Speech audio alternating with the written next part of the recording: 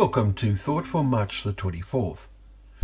Our readings are Numbers chapter 5, Proverbs 2 and Luke chapter 16. And our thought is, then you will understand. What leads to a true understanding mind, one of which God approves? We have a marvellous chapter 2 in Proverbs today, which shows us the right way to find the knowledge of God. Verse 5.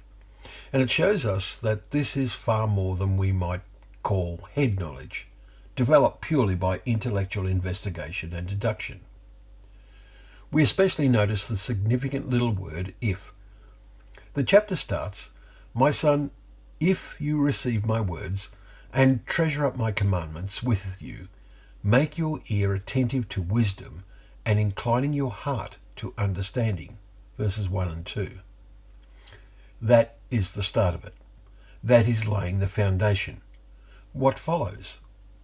If you call out for insight and raise your voice for understanding, how do you do that?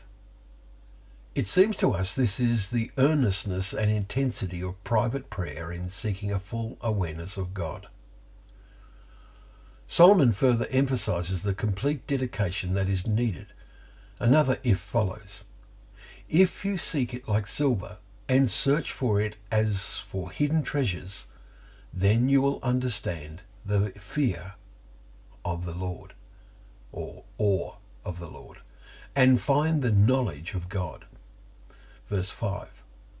This is the knowing of God surely, the establishing of a real relationship through prayer and the actions and experiences that then flow.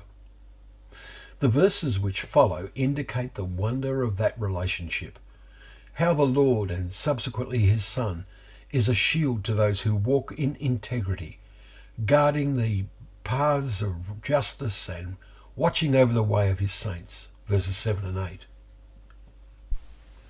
What depth of perception then results? It is far more than intellectual knowledge. For then you will understand righteousness and justice and equity, every good path. For wisdom will come into your heart, and knowledge will be pleasant to your soul. Verses 9 to 10. Consider the final perceptions of Job. He confesses to God, "I had heard of you by the hearing of the ear, but now my eye sees you. Therefore I despise myself." Chapter 42, verses 5 and 6. These are thoughts which parallel Paul's appeal to the Ephesians, that God may give you a spirit of wisdom in the knowledge of him, having the eyes of your hearts enlightened. Chapter 1, verses 17 and 18. May our hearts increasingly develop this wisdom. Then you and I will understand the fear of the Lord and find the knowledge or the knowing of God.